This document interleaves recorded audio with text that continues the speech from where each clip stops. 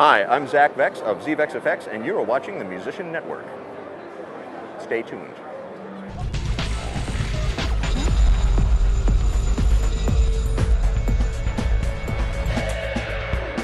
I started off as a recording engineer, and I had a recording studio starting in '85, and I started this company in 1995 on my kitchen table.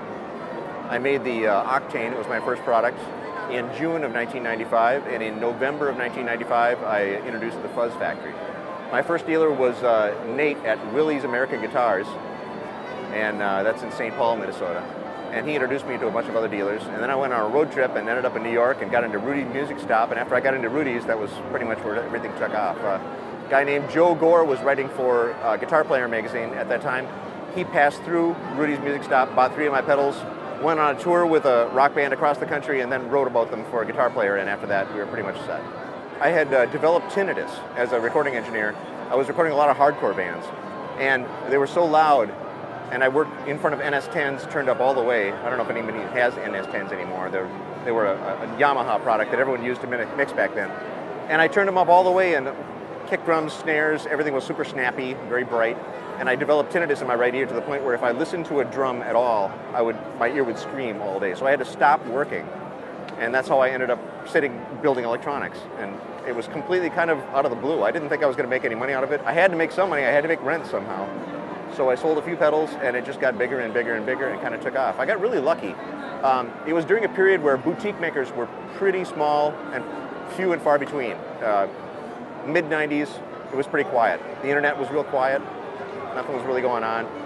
Things kind of have exploded since then. There's like thousands of boutique makers now, and there was like 5 of us back then. So, and it didn't take that many years. It's been 17 years I've been in business, and it has really blown up.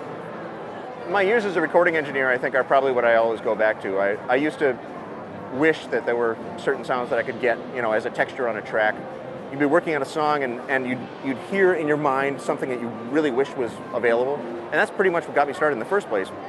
We had all of us recording engineers had an arsenal, like a toy box filled with pedals that we had collected. And to inspire a guitar player who was kind of feeling down, you just hand him something that would make him sound really freaky. And pedals in general kind of can give you inspiration to write a song or create a whole different vibe or do a really good solo.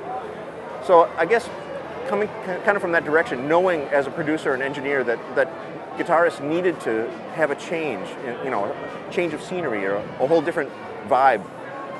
And I've met a lot of singer-songwriters who have purchased my pedals and written songs the day that they bought the pedal. They went home and wrote the song around the pedal, which I think is great.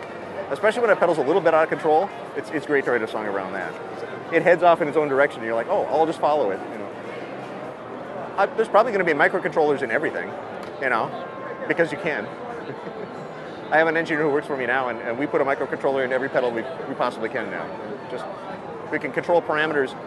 We use the same kind of audio circuitry, the same kind of analog circuitry we've always used, but we love to use controllers to go in there and redirect things and move sounds around.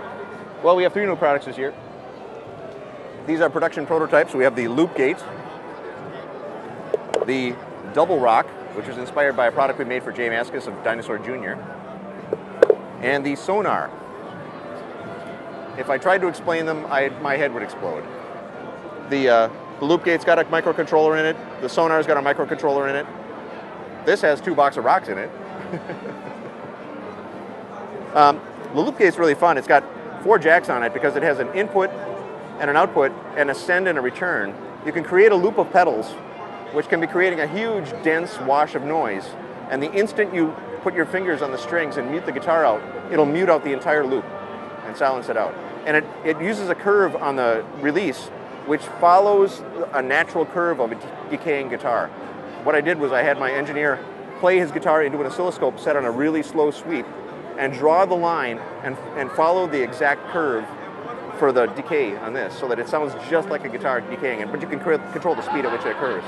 And it has a really cute setting here on chop. When you put it in chop mode, you set the release time, and it will open up the gate for the time that it's set for, then it will close the gate for exactly the same amount of time, and then it will sniff around and see if you're playing, and if you're still playing, it'll open up again. So if you keep your guitar open, it will tremolo at a preset rate set by this, and if the instant you stop, it stops and goes dead quiet. The Sonar is a tremolo with tap tempo, pulse width modulation, and it speeds up and slows down at a rate we call delta. And when you turn the thing on, it starts off at the tap tempo rate or the preset speed rate, but it will speed up or slow down based on the position of the switch, or it will hold a steady rate. So basically, you kind of go bop, bop, bop, bop, bop, bop, bop, bop, bop, bop, bop, at the end of a song, you know, or bop, bop, bop, bop, bop, bop, bop, bop, bop, bop, bop, brrr, you know. Our biggest, most recent seller is from last year, our Instant Lo-Fi Junkie.